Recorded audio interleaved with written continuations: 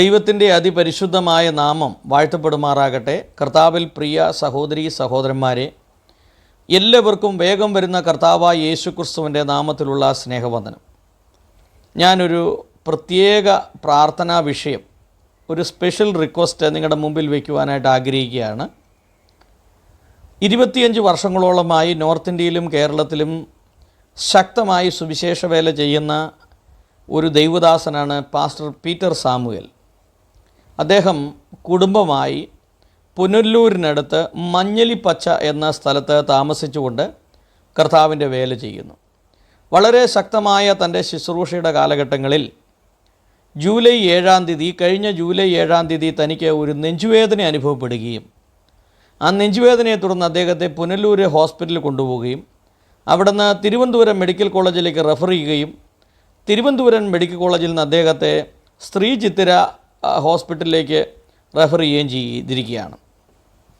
സ്കാനിങ്ങിലൂടെ മനസ്സിലാക്കാൻ കഴിഞ്ഞത് അദ്ദേഹത്തിൻ്റെ ഹാർട്ട് സംബന്ധമായിട്ട് വലിയ പ്രശ്നമുണ്ട്. അപ്പോൾ ഒരു ചെറിയ വീഡിയോ ഇതോട് ചേർന്ന് അദ്ദേഹത്തിൻ്റെ മകനും പാസ്റ്റർ പീറ്റർ സാമുവേലും ഉള്ള ഒരു വീഡിയോ ഇതിൻ്റെ അകത്ത് അപ്ലോഡ് ചെയ്യുന്നുണ്ട്. നിങ്ങൾ ആ വീഡിയോ ഒന്ന് ശ്രദ്ധിച്ച് കേൾക്കണം. അപ്പോൾ അദ്ദേഹത്തിൻ്റെ ശാരീരികമായ അവസ്ഥ നിങ്ങൾക്ക് മനസ്സിലാകും. വളരെ ദീർഘവർഷമായ കർത്താവിൻ്റെ വയൽപ്രദേശത്ത് അധ്വാനിച്ച ഈ ദൈവദാസൻ സ്വാർത്ഥതയില്ലാത്ത പ്രവർത്തനം കൊണ്ട് തൻ്റെ ജീവിതത്തിൽ തനിക്ക് ഒന്നും സമ്പാദിക്കുവാനായിട്ട് കഴിഞ്ഞില്ല. അപ്പോൾ ഈ പ്രിയപ്പെട്ട പാസ്റ്റർക്ക് ചികിത്സാ ചെലവിന് 10 ലക്ഷം രൂപയോളം ആവശ്യമുണ്ട്. എന്നാൽ കേന്ദ്ര സർക്കാരിൻ്റെ ഒരു ചികിത്സാ ഫണ്ട് എന്ന നിലയ്ക്ക് ഒരു 5 ലക്ഷം രൂപ കിട്ടാൻ സാധ്യതയുണ്ട്. എന്നാൽ തുടർന്ന് 5 ലക്ഷം രൂപ ഇദ്ദേഹത്തിന് വേണം. അതോടൊപ്പം അനന്തര ചെലവുകളും വേണം. എന്നെ കേൾക്കുന്ന പ്രിയ സഹോദരീ സഹോദരന്മാരെ, ഈ പാസ്റ്ററെ സഹായിക്കാൻ നമുക്ക് ഒരു ഉത്തരവാദിത്വമുണ്ട്. നിങ്ങൾ അതുകൊണ്ട് ഈ പ്രിയ സഹോദരനെ സഹായിക്കാൻ നിങ്ങൾ മുമ്പോട്ട് വരണം. ഈ പ്രിയ പാസ്റ്ററുടെ മകൻ്റെ ഫോൺ നമ്പറും അതോടൊപ്പം ബാങ്ക് ഡീറ്റെയിലും ഞാൻ ഇതിൻ്റെ അകത്ത് ഇടുന്നുണ്ട്. നിങ്ങൾക്ക് ഈ കാര്യത്തെക്കുറിച്ച് നിങ്ങൾക്ക് വിളിച്ചന്വേഷിച്ചിട്ട് നിങ്ങൾക്ക് ഇത് ഉത്തമ ആയെങ്കിൽ മാത്രം നിങ്ങൾ അദ്ദേഹത്തെ സഹായിച്ചാൽ മതി. അതോടൊപ്പം തന്നെ പാസ്റ്റർക്ക് സംസാരിക്കാനായിട്ടുള്ള ബുദ്ധിമുട്ടുണ്ട്.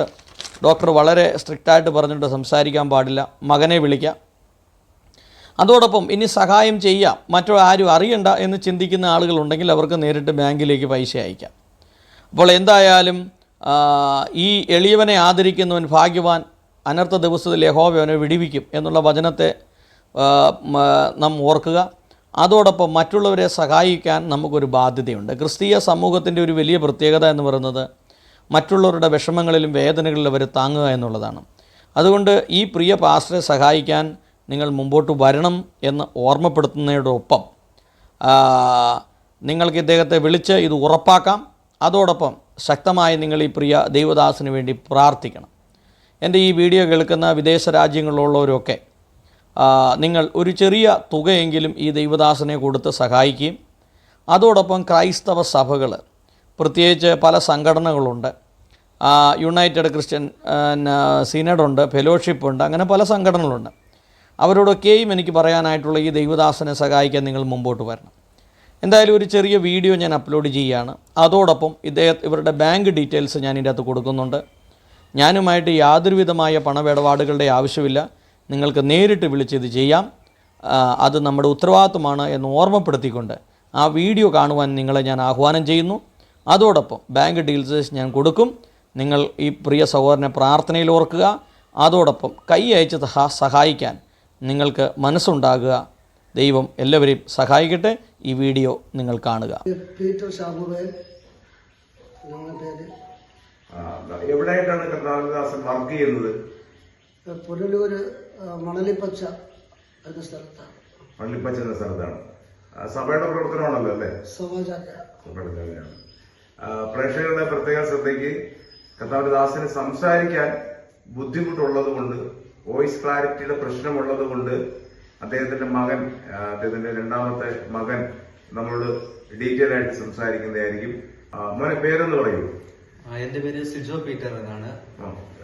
എന്താണ് പപ്പയ്ക്ക് ഇപ്പോ സംഭവിച്ചിരിക്കുന്ന പ്രശ്നങ്ങൾ? എന്താണ് അതിന്റെ ആരംഭം എന്തായിരുന്നു? അതായത് ഈ മാസം 7-ാം തീയതിയാണ് ഒരു നെഞ്ചുവേദന വരുവാൻ ഇടയായി തീർന്നത്. അപ്പം അത് മുഖാന്തരം ഇവിടെ അടുത്തുള്ള പുനലൂർ ഹോസ്പിറ്റലിൽ നമ്മൾ കൊണ്ടുപോയി. അപ്പോൾ അവിടെ നിന്നും അവര് തിരുവനന്തപുരം മെഡിക്കൽ കോളേജിലേക്ക് നമ്മളെ വിടുവാനിടയായി. പക്ഷെ അവിടെയും അവർ എടുത്തില്ല. അങ്ങനെ ശ്രീചിത്രയിലേക്ക് മാറ്റുവാനിടയായി. അപ്പോൾ അവിടുത്തെ ചികിത്സയിൽ, അവിടുത്തെ സ്കാനിങ്ങിൽ അറിയാൻ കഴിഞ്ഞത് നമ്മുടെ ഹാർട്ടിന്റെ ഒരു വാൽവ്, വയറിലോട്ട് വരുന്ന വാൽവ് അല്പം വലുതായി. അന്നത്തെ ആ ഒരു സ്കാനിങ് നമുക്ക് മനസ്സിലാക്കുവാൻ സാധിച്ചത് ഏകദേശം 7 സെന്റിമീറ്ററോളം അത് വലുതാവാൻ ഇടയായി തീർന്നു. അപ്പം ഡോക്ടർ പറഞ്ഞത് അന്ന് തന്നെ സ്കാൻ ചെയ്തു അല്ലെ? അതെ. അതായത് നമ്മൾ ഈ അസുഖം ഉണ്ടായപ്പോ ആദ്യം കൊണ്ടുപോയത് എവിടെ? പുനലൂരാണ്. ആദ്യമേ പുനലൂർ ഹോസ്പിറ്റലിൽ അവരവിടെ എടുത്തില്ല. എടുക്കാതെ നേരെ ട്രിവാൻഡ്രം മെഡിക്കൽ കോളേജിലേക്ക് കൊണ്ടുപോകുകയായിരുന്നു. അതെ അതെ. അപ്പൊ കൊണ്ടുപോകുന്ന സമയത്ത് അവിടെ വെച്ച് തന്നെ സ്കാൻ ചെയ്തു. അതെ, ട്രിവാൻഡ്രം മെഡിക്കൽ കോളേജ് സ്കാൻ ചെയ്യും. പക്ഷെ അവിടെ അതിനുള്ള ചികിത്സ ഇല്ലാത്തത് കൊണ്ട് തിരുവനന്തപുരം മെഡിക്കൽ കോളേജില് ഈ പറയപ്പെട്ട അസുഖത്തിന് അസുഖത്തിന്റെ പേരെന്തെങ്കിലും പറഞ്ഞായിരുന്നു? പേര് കറക്റ്റ് ആയിട്ട് വ്യക്തമായി അറിയില്ല. പറഞ്ഞത് വാൽവിന്റെ ആ ഒരു വീക്കമാണ് പറഞ്ഞത്. നരമ്പ് വീങ്ങിക്കൊണ്ടിരിക്കുന്നു അല്ലെ? അപ്പൊ അതുകൊണ്ട് അവിടെ ചികിത്സയില്ല. അതിനുള്ള ചികിത്സ അവിടെ ഇല്ലാത്തത് കൊണ്ട് അവര് ശ്രീചിത്രയിലേക്ക് നമ്മളെ വിടുക ചെയ്തത്. തിരുവനന്തപുരത്ത് തന്നെ ശ്രീചിത്രയിലേക്ക്. അതെ അതെ. പ്രേക്ഷകരുടെ ശ്രദ്ധയ്ക്ക് ശ്രീചിത്ര എന്ന് പറയുന്നത് തിരുവനന്തപുരം മെഡിക്കൽ കോളേജിന് ചേർന്നുള്ള ഒരു സൂപ്പർ സ്പെഷ്യാലിറ്റി ഹോസ്പിറ്റലാണ് ശ്രീചിത്ര. ആ ശ്രീചിത്ര ഹോസ്പിറ്റലിലേക്കാണ് കർത്താവ്യദാസനെ റെഫർ ചെയ്തത്. പറയുന്നു. അങ്ങനെ അന്നത്തെ ആ ഒരു സ്കാനിങ്ങിൽ ഏകദേശം 7 സെന്റിമീറ്ററോളം വളർന്നതായിട്ടാണ് കാണിച്ചത്. ഡോക്ടർ പറഞ്ഞത് ഏകദേശം 5 സെന്റിമീറ്റർ വളർന്നാൽ തന്നെ അത് പൊട്ടാനുള്ള ചാൻസ് ഉണ്ട്, ഒരു അപകട സാധ്യത കൂടുതലാണ്. അപ്പം നമ്മുടെ ഇപ്പോഴത്തെ ഒരു കണ്ടീഷനിൽ അത് ഏകദേശം 8.3 സെന്റിമീറ്ററോളം അത് വളർന്നിട്ടുണ്ട്. ഇപ്പം ഏകദേശം ഒരു അത്യാവശ്യ സ്ഥിതിയിലാണ് ഇരിക്കുന്നത്. ശ്രദ്ധിക്കണമേ. അപ്പൊ അതിന്റെ വളർച്ച എന്ന് പറയുമ്പോ നോർമലി അതിന്റെ വളർച്ച 2.5 ആണ് അതിന്റെ വളർച്ച ഉണ്ടാകേണ്ടത്. എന്നാൽ 5 വരെ വളർന്നാലും വലിയ അപകടം ഉണ്ടാവത്തില്ല. പ്രശ്നം തന്നെയാണ്, അപകടം ഉണ്ടാകത്തില്ല. എന്നാൽ ഇത് 5 കഴിഞ്ഞും 7 സംതിങ് ആയിരുന്നു. അപ്പൊ അതൊരു ക്രിറ്റിക്കൽ സ്റ്റേജ് ആയിരുന്നു അപ്പോൾ തന്നെ. അപ്പോൾ അങ്ങനെ ഒരു ഓപ്പറേഷൻ എന്ന് പറയുമ്പോൾ 2 സർജറിയാണ് അവർ പറഞ്ഞേക്കുന്നത്. ഒരു സർജറിയിൽ മാത്രം അത് ഒതുങ്ങുന്നില്ല എന്ന് പറഞ്ഞു. അപ്പോൾ ഒരു 2-3 ആഴ്ചക്കകം തന്നെ സർജറി അവര് പറഞ്ഞിട്ടുണ്ട്. അപ്പം ഏകദേശം ഒരു 10 ലക്ഷം അടുപ്പിച്ച് അതിനൊരു ചെലവ് നമുക്ക് വരുന്നുണ്ട്. അതിൽ ചെറിയ തുക നമുക്ക് ചികിത്സാ കാർഡ് ലഭിക്കുമെങ്കിലും ബാക്കി തുക നമ്മൾ കണ്ടെത്തേണ്ടതായിട്ടുണ്ട്. അപ്പം അങ്ങനെയാണ് ഇപ്പോഴത്തെ കണ്ടീഷൻ. സാമ്പത്തികം ലഭിക്കുന്നതിന്റെ വൈകിയിരിക്കുന്നതിന്റെ മൂലമാണ് ഇപ്പോൾ ആ ഒരു സർജറി വൈകുന്നത്. ദൈവമക്കളുടെയും സുഹൃത്തുക്കളുടെ ശ്രദ്ധയ്ക്ക് ഈ സർജറിക്ക് 10 ലക്ഷം രൂപയോളമാണ്. 10 ലക്ഷം രൂപയോളമല്ല, 10 ലക്ഷം രൂപയും നെറ്റ് 10 ലക്ഷം രൂപയും ചെലവാകുമെന്നാണ് ഡോക്ടർമാർ പറഞ്ഞിരിക്കുന്നത്. എന്നാൽ അത് ഈ കേന്ദ്ര ഗവൺമെന്റിന്റെ ഫണ്ടായിട്ട് 5 ലക്ഷം രൂപ അവിടുന്ന് കിട്ടാൻ സാധ്യതയുണ്ട്. അത് എത്രത്തോളം സക്സസ് ആവും എന്നറിയില്ല. എങ്കിലും അത് കിട്ടാൻ സാധ്യതയുണ്ടെന്ന് പ്രതീക്ഷിക്കുന്നു. എന്നാൽ ബാലൻസ് 5 ലക്ഷം രൂപയും ചേർന്നുള്ള ബാക്കി എക്സ്പെൻസ്, ഹോസ്പിറ്റൽ എക്സ്പെൻസുമാണ് ഇപ്പൊ നിലവിൽ ആവശ്യമായിട്ടുള്ളത്. അപ്പൊ അത് കണ്ടെത്താനുള്ളതാകുന്ന ഒരു മാർഗം നിലവിൽ ഇപ്പോ കർത്താരദാസനും കുടുംബത്തിനുമില്ല. അദ്ദേഹം ഏകദേശം 10-25 വർഷങ്ങളായിട്ട് സുവിശേഷ വേലയുടെ ഭാഗത്താണ്. ഈ വോയിസ് സംസാരിക്കുന്ന ഞാനടക്കം, എന്റെ പേര് സാബു എന്നാണ്, ഞാനടക്കം അദ്ദേഹത്തിലൂടെ രക്ഷിക്കപ്പെടുകയും ആ സഭയിലെ ആദ്യമായി ആരാധന കൂടുകയും അവിടെ നിന്ന് വളർന്നു വന്ന ഒരാളും കൂടിയാണ് ഞാനാകുന്ന വ്യക്തി. അപ്പം അദ്ദേഹം ഇത്രയും വർഷമായിട്ട് കർത്താവിന്റെ വേലയിലായതുകൊണ്ട് മറ്റു യാതൊരുവിധ സമ്പാദ്യങ്ങളും അദ്ദേഹത്തിനില്ല. അപ്പം ഈ തുക കണ്ടെത്തുക എന്ന് പറയുന്നത് വലിയ ഒരു ഭാരമാണ്. അപ്പൊ അതുകൊണ്ട് ദൈവമക്കൾ ഈ വിഷയത്തെ ഒന്ന് കൂടുതലായി ശ്രദ്ധിക്കണം. ബാക്കി ഡീറ്റെയിലും കൂടി ഒന്ന് കേൾക്കണമെന്ന് ദൈവനാമത്തിൽ ഓർമ്മിപ്പിക്കണം. ഇപ്പോൾ ചികിത്സയ്ക്ക് ആവശ്യമായ ഈ തുക നമുക്ക് ലഭിക്കേണ്ടതായിട്ടുണ്ട്. പക്ഷെ നമുക്കിത് അധികം നീട്ടിക്കൊണ്ടുപോകാൻ കഴിയുകയില്ല. അതാണ് ഇപ്പോഴത്തെ സാഹചര്യം. ഏകദേശം 2-3 ആഴ്ചക്ക് അകം തന്നെ നമുക്ക് ഇത് ചെയ്യേണ്ടതായിട്ടുണ്ട്. നിങ്ങൾ കഴിയുന്ന സഹായങ്ങൾ നിങ്ങൾ ചെയ്യുക. വലിയൊരു തുകയാണ്. പപ്പ ശുശ്രൂഷയിലായിരുന്നു. ഏകദേശം ഒരു 25 വർഷത്തോളം ശുശ്രൂഷയിൽ ഉണ്ട്. നോർത്ത് ഇന്ത്യയുടെ പ്രദേശത്തും കേരളത്തിലുമായി ഒരുപാട് ശുശ്രൂഷ ചെയ്ത ഒരു വ്യക്തിയാണ്.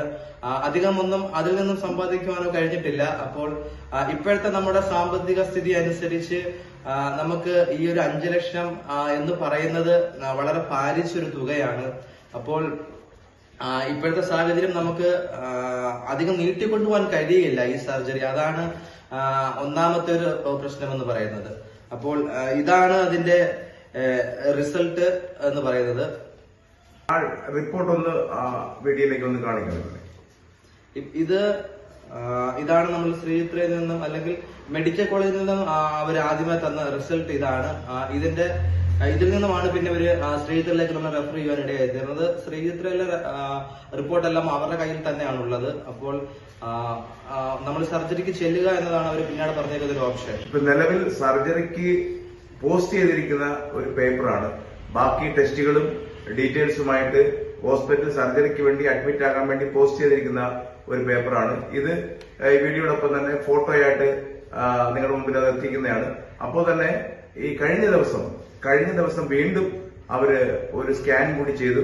സ്കാൻ കൂടി ചെയ്തപ്പോഴത്തേക്ക് 2.something പിന്നെയും അത് വളർന്ന് 1.something വീണ്ടും വളർന്നുകൊണ്ടിരിക്കുകയാണ്. അപ്പൊ ഇത് ഓരോ നിമിഷങ്ങളും ഓരോ ദിവസങ്ങൾ കഴിയുന്തോറും ഈ അസുഖം അത് കൂടിക്കൊണ്ടിരിക്കുകയാണ്. ബഡ്ജിങ് വളർന്നുകൊണ്ടിരിക്കുകയാണ്. അപ്പൊ എത്രയും വേഗം സർജറി ചെയ്തില്ലെങ്കിൽ ജീവൻ അപകടത്തിലാകുന്ന ഒരു സിറ്റുവേഷനാണ് ഇപ്പോ നിലവിലുള്ളത്. അപ്പൊ അതുകൊണ്ട് ദൈവമക്കൾ വളരെ ശ്രദ്ധാപൂർവം ഈ വിഷയത്തെ ഒന്ന് സഹായിച്ച് പരിഹരിക്കണമെന്ന് ദൈവനാമത്തിൽ ഒരു പ്രാവശ്യം കൂടി ഓർമ്മിപ്പിക്കുകയാണ്. മോനെ, ഇനി ഹോസ്പിറ്റലിലേക്ക് എന്നാണ് ചെല്ലാൻ പറഞ്ഞിരിക്കുന്നത്? വരുന്ന 14-ാം തീയതിയാണ് നമുക്ക് വീണ്ടും ഹോസ്പിറ്റലിലേക്ക് പോകേണ്ട ഡേറ്റ്. ഓഗസ്റ്റ് മാസം 14-ാം തീയതി. അപ്പോൾ തന്നെ എന്തെങ്കിലും ഇടയ്ക്ക് എമർജൻസി വന്നു കഴിഞ്ഞാൽ ഇടയ്ക്ക് എമർജൻസി വരികയാണെങ്കിൽ നമ്മൾ വീണ്ടും ചെല്ലണമെന്ന് പറഞ്ഞിട്ടുണ്ട്. പെട്ടെന്ന് ചെല്ലണം. അപ്പം അടുത്ത മാസം 14-ാം തീയതിയാണ്, ഓഗസ്റ്റ് മാസം 14-ാം തീയതിയാണ് ഹോസ്പിറ്റലിലേക്ക് വീണ്ടും ചെല്ലാൻ പറഞ്ഞിരിക്കുന്നത്. എന്നാൽ അതിനിടയ്ക്ക് എന്തെങ്കിലും ഒരു കാഷ്വാലിറ്റി വന്നു കഴിഞ്ഞാൽ പെട്ടെന്ന് അവിടെ അഡ്മിറ്റ് ആകാനും നിർദ്ദേശം കൊടുത്തിട്ടുണ്ട്.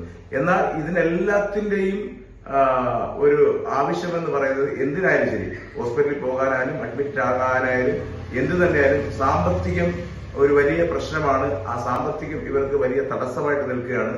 അമൃതാദാസിന്റെ മകൻ ഓർമ്മിപ്പിച്ചല്ലോ, വടക്കേ ഇന്ത്യയുടെ പ്രദേശത്തും അതുപോലെ തന്നെ കേരളത്തിലും അനേക സ്ഥലങ്ങളിൽ സുവിശേഷ വേലകളും അതുപോലെ സഭകൾ സ്ഥാപിക്കുകയും സംഘടനാ പ്രവർത്തനങ്ങളൊക്കെ ആയിട്ട് കർത്താവിന്റെ ദാസന്റെ ആത്മീയ ജീവിത സഞ്ചാരമായിരുന്നു.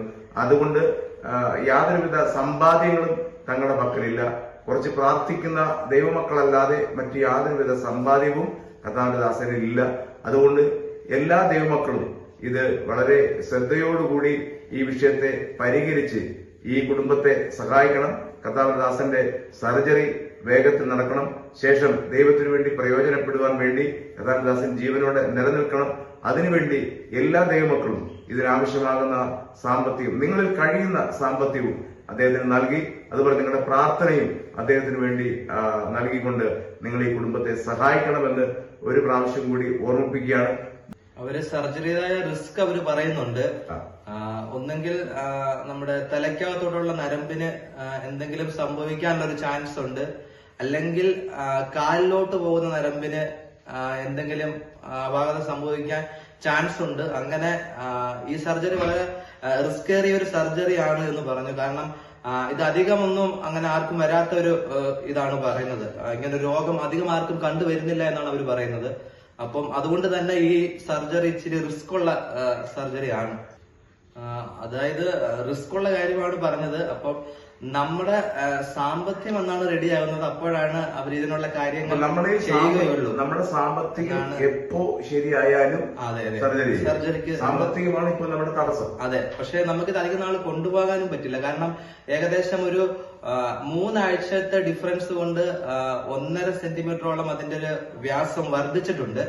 അപ്പോൾ നമുക്ക് ഇനി അധികം കൊണ്ടുപോയാൽ അതിന്റെ സീരിയസ്നെസ് വർദ്ധിക്കുകയാണ് ചെയ്യുന്നത്. അതുകൊണ്ട് തന്നെ നമ്മുടെ കയ്യിൽ സാമ്പത്തികം കണ്ടെത്തുക എന്നതാണ് ഒന്നാമത്തെ ലക്ഷ്യമായി വന്നിരിക്കുന്നത്. അപ്പം അതിന്റെ ഡിപ്പെൻഡ് ചെയ്തിരിക്കും ബാക്കിയുള്ള കാര്യങ്ങൾ എന്ന് പറയുന്നത്. ഇപ്പോൾ ന്യൂലൻഡ് ബിബ്ലിക്കൽ സെമിനാരിൽ ഇപ്പോൾ 3-ാം വർഷം BTH പഠിച്ചുകൊണ്ടിരിക്കുകയാണ്.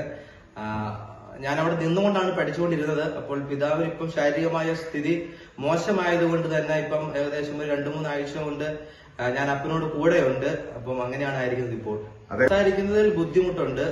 കാര്യം സംസാരിക്കുക എന്നാണ് ഡോക്ടർ പറഞ്ഞേക്കുന്നത്. കാരണം പിതാവ് ഒരു പ്രഭാഷകനായതുകൊണ്ട് തന്നെ ഒരുപാട് സംസാരിക്കുന്ന വ്യക്തി ആയതുകൊണ്ട് സംസാരിക്കരുത് എന്ന് പറഞ്ഞിട്ടുണ്ട്. അതുപോലെ ആഹാരം കഴിക്കുമ്പോഴും എല്ലാം മറ്റും ചെറിയ നെഞ്ചുവേദന അനുഭവപ്പെടാറുണ്ട്.